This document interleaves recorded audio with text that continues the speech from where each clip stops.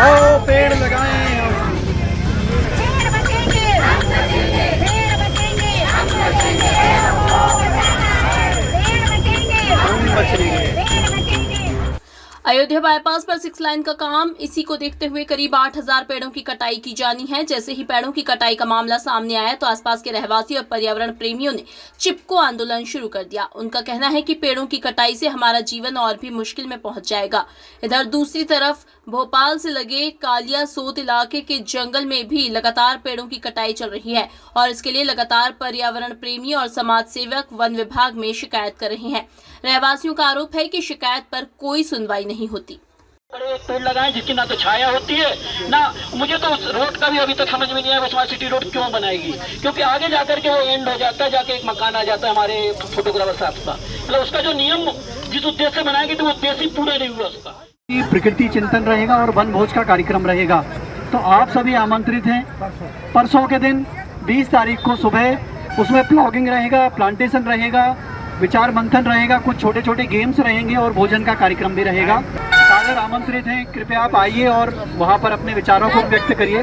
सुबह 7-8 बजे से आप आएंगे तो प्लॉगिंग करेंगे, प्लांटेशन करेंगे, चिंतन होगा, दिन भर का कार्यक्रम रहेगा और उसमें बहुत सारी एक्टिविटीज़ भी। जगह झिरी जहाँ कोलार डैम से 10 किलोमीटर पहले जहाँ से बेतवा नदी निकलती है जिसको झिरी बोलते हैं। हमारा कोलार डैम के पानी की जो सप्लाई है झिरी टॉप से ही होती है, अंडर वो जो पानी आता है। देखिए, भारतीय जनता पार्टी सरकार पर्यावरण को सुरक्षित रखते हुए मध्य प्रदेश की राजधानी भोपाल के सर्वांगीण विकास के लिए काम कर रही है। इंफ्रास्ट्रक्चर प्रोजेक्ट, सड़कों का चौड़ीकरण ये भविष्य के लिए किए जाते हैं ताकि प्रदेश की जनता को ज़्यादा से ज़्यादा सुविधाओं का लाभ मिल सके और शहर की तरक्की हो सके। इन मामलों में गाइडलाइन बनी हुई है, किसी तरह के पौधे नहीं काटे जाएंगे, उन्हें विस्थापित किया जाएगा और अगर किसी तरह से किसी पौधे को काटना भी पड़ेगा तो उससे अधिक संख्या में नए पौधे लगाए जाएंगे। इस मामले में किसी भी तरह की कोताही नहीं बरती जाएगी, पर्यावरण को सुरक्षित रखते हुए ही विकास किया जाएगा। देखिए, पेड़ों के लिए जब भी कोई प्रोजेक्ट आता है एक नियम बना हुआ है, या तो पेड़ों को विस्थापित करके दूसरी जगह लगाया जाएगा और अगर संभव नहीं होगा तो उससे अधिक संख्या में नए पेड़ लगाए जाएंगे। नियम कायदों का कड़ाई से पालन किया जाएगा। प्रकृति को सुरक्षित रखना हमारा परम कर्तव्य है। देखिए, आम जनता को पूरी तरह आश्वस्त करना चाहता हूं मैं कि सरकार प्रकृति को बचाने के लिए हर जरूरी कदम उठाएगी। मध्य प्रदेश में प्रकृति को बचाने के लिए सरकार दृढ़ संकल्पित है। देखिए, जिस तरीके से पर्यावरण को बचाने की बात सरकार करती है लेकिन विकास के नाम पर उसके रखरखाव की बात नहीं करती है। ये जो घटना सामने आ रही है, बात सामने आ रही है कि पेड़ों को काटा जाएगा, पहले उसके विस्थापन के बारे में सोचना चाहिए। लेकिन सरकार सिर्फ और सिर्फ एक तो पर्यावरण का नुकसान कर रही है और विकास के नाम पर सिर्फ जनता को मूर्ख बना रही है। देखिए, शिवराज सिंह चौहान जी का एक वो अपना नैतिक धर्म निभा रहे हैं। उन्होंने जो रोज पेड़ लगाने का वो उनका एक व्यक्तिगत मामला है, लेकिन जो सरकार लगातार पेड़ लगाने के नाम पर नाटक नौटंकी कर रही है वो सबको दिख रहा है। देखिए, जहाँ तक के सरकार जो वृक्षारोपण को लेकर वो ग्रीनरी को बात करती है, विगत 15 सालों में मध्य प्रदेश के अंदर लाखों पेड़ जो है कटे हैं। और अगर हम निर्माण की बात करें तो निर्माण के एवज में जिस प्रकार से 1 के 4 गुना पेड़ लगाने की सरकार बात करती है, फिर भी जो सरकारी आंकड़े निकल के आए कि ग्रीनरी कितनी प्रतिशत मध्य प्रदेश की 35 से 40% ग्रीनरी कम हुई है। तो सवाल ये उठता है कि निर्माण आप सड़क बनाते हैं, सड़क के नाम पर आप 8000 पेड़ काटने की अभी योजना चली है, लेकिन चीज़ ये है कि जहाँ पेड़ कटते हैं वहाँ का एनवायरनमेंट जो होता है वो ख़राब होता है, उसके एवज में पेड़ कहाँ लगाए जाते हैं, इसकी क्लियरिटी बहुत ज़रूरी है रखना।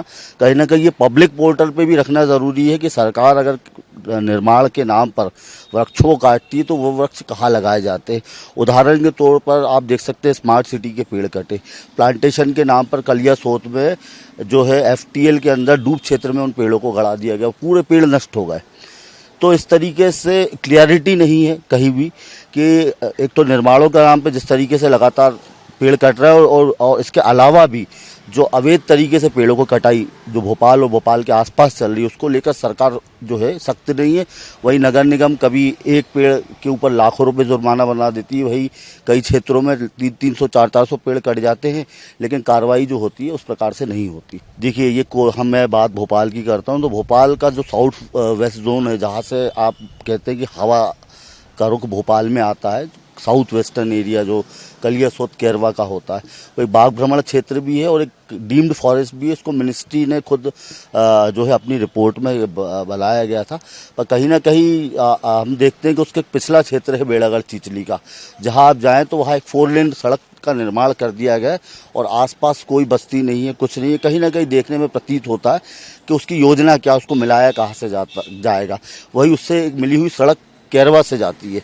अगर वो सड़क को कहीं ना कहीं अगर इससे जोड़ा जाता है तो वहाँ पड़ी निजी भूमियों को कहीं ना कहीं निर्माण के नाम पर जिस तरीके से जो धीमी गति से चोरी छिपे से तो पेड़ों को और जंगलों को ख़त्म किया जा रहा है, तो कहीं ना कहीं एक साजिश नज़र आती है कि कहीं ऐसा ये साजिश प्रतीत होती है कि पेड़ों को इसलिए काटा जा रहा है। अब देखिए, अगर मंत्री जी को अगर ज्ञान है तो सबसे पहले फॉरेस्ट की भारत सरकार की रिपोर्ट उठा के देखे कि उसके अंदर मध्य प्रदेश के अंदर फॉरेस्ट कम क्यों हो रहा और कौन लोग फॉरेस्ट कम कर रहे हैं, क्या सरकारी अधिकारी मिले हुए या ऐसे लोग हैं जो जंगल काट रहे हैं। सरकार के पास आंकड़े हैं, जानकारी है, लेकिन मेरे को लगता है कि भ्रष्टाचार के इसमें वो बड़ी कंपनियों को उपलब्ध करने में, बड़े अधिकारी कंपनियों से मोटा पैसा लेने के इसमें सरकार पेड़ों पे कई बात नहीं करना चाहती। पेड़ कटने तो माल आ रहा है, ये सरकार की नीति है। नहीं, जो लोग देखिए, जब विकास होता है तो स्वाभाविक रूप से उस विकास के लिए कुछ निर्णय लेने होते हैं, लेकिन अगर जनता को और नागरिकों को इसमें आपत्ति होती है तो बैठ के चर्चा करेंगे, विचार विमर्श करेंगे, जो भी बेहतर हो सकता है वो करने का प्रयास करेंगे।